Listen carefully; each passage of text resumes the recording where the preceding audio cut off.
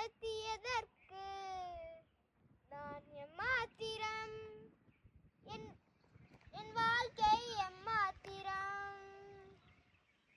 இதுவரை என்னை நீர் சுமந்ததற்கு நான் எம்மாத்திரம், என் குடும்பம் எம்மாத்திரம்.